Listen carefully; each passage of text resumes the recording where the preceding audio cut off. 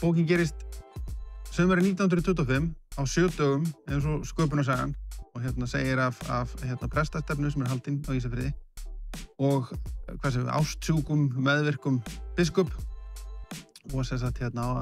vandræðum hans í baráttunni við þjóðtrú og andatrú og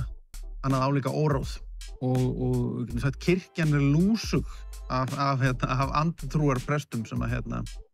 að biskup þarf að gera upp sakirnar við Þetta ástarsaga að miklum hluta og þetta mikil samfélagslýsing ekki bara í raun og veru ekki bara þó að Ísafjörður sé náttúrulega aðalhlutverkið þá Ísafjörður líka í hlutverki bara heimsins þetta